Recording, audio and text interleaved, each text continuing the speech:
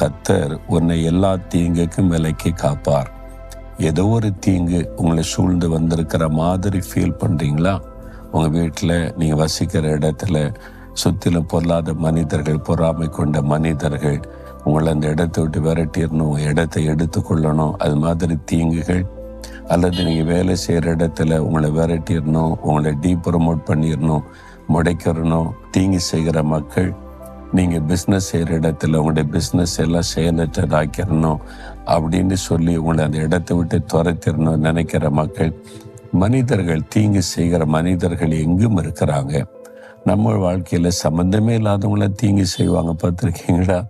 நமக்கு ஆச்சரியம், அவங்களுக்கு எனக்கு என்ன சம்பந்தம், ஏன் எனக்கு இப்படி பண்ணுறாங்க அப்படின்னு நினைக்க தோன்றும். அப்படி ஆட்கள் இருக்கிறாங்க.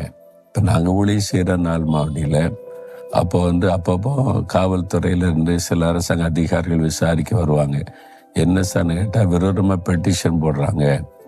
ஆனால் பார்த்துட்டு எல்லாம் நேர்மையாக இருக்குது, கரெக்டாக இருக்குன்னு சரி சார், ஓகே சார்ன்ட்டு போயிடுவாங்க, அவ்வளோதான்.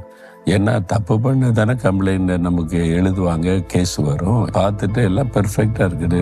பிறகு ஏன் சார் அவங்க பண்ணுறாங்கன்னா பொறாம தான், வேறு என்ன செய்கிறது, அவங்க யாருன்னே தெரியாது, அவங்க வேலை மற்றவங்களுக்கு தீங்கு செய்துக்கிட்டே இருக்கிறது. அப்படி சில ஆட்கள் இருக்கத்தான் செய்வாங்க. ஆனால் ஆண்டவர் எல்லா தீங்குக்கும் விலக்கி காக்கிறவர். நான் கடந்து அந்த ஊழிய பாதையில் 45 வருஷத்துக்கு மேலே ஆகிவிட்டாரு. தீங்கு செய்ய எத்தனை பேர் எத்தனிச்சாங்க. ஆமாம், கொலை செய்ய முயற்சித்தாங்க, தடை பண்ண முயற்சித்தாங்க, வழக்குகள் போட்டாங்க, அதிகாரிகளை தூண்டி விட்டாங்க, மிரட்டி பார்த்தாங்க, எத்தனையோ விதமான தீங்குகள். ஆனால் ஒன்றிலும் ஆண்டவர்களை கைவிடவில்லை. தீங்கு சேதப்படுத்தாதபடி கர்த்தர் காத்து கொண்டார். இதுவரை காத்து கொண்டார்ல, இனிமேலும் காத்து கொள்ளுவார். உங்கள் வாழ்க்கையில் கூட நடந்திருக்குல்ல, உங்களுக்கு எத்தனையோ தீங்குகள் வந்தது, ஆனால் ஆண்டவர் பாதுகாத்தார்ல, இன்னும் காத்து கொள்ளுவார். இப்போ ஏன் பயப்படுறீங்க? ஏதோ ஒரு சூழ்நிலை தீங்கு வர்ற மாதிரி தெரியுதா? கர்த்தர் எல்லா தீங்குக்கும் விலக்கி உங்களை பாதுகாப்பார். கர்த்தருடைய பாதுகாப்பு இருக்கும்போது இதுக்கு பயப்படணும். அந்த கர்த்தர் வச்சிருக்கிற வேலி வரைக்கும் தீமை வர்ற மாதிரி தெரியும், பயந்துடாதுங்க, அதோட ஸ்டாப் ஆயிரும். இம்மட்டும் வா, மிஞ்சி வராத, ஸ்டாப் அப்படின்னு ஆண்டவர் நிறுத்திடுவார்.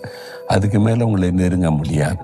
தூரத்தில் இருந்து பயமுறுத்துவாங்க, சிலர் ஒளிஞ்சிருந்து பயமுறுத்துவாங்க. நேரில் வர்றதுக்கு பயம், ஒளிஞ்சிருந்து நம்மளை டிஸ்டர்ப் பண்ணணும். அந்த மாதிரி ஆட்கள் இருப்பாங்க. உங்கள் வாழ்க்கையில் கூட இருக்கிறாங்கல்ல. ஒன்றும் பயந்துடாதுங்க, பயப்படாதுங்க.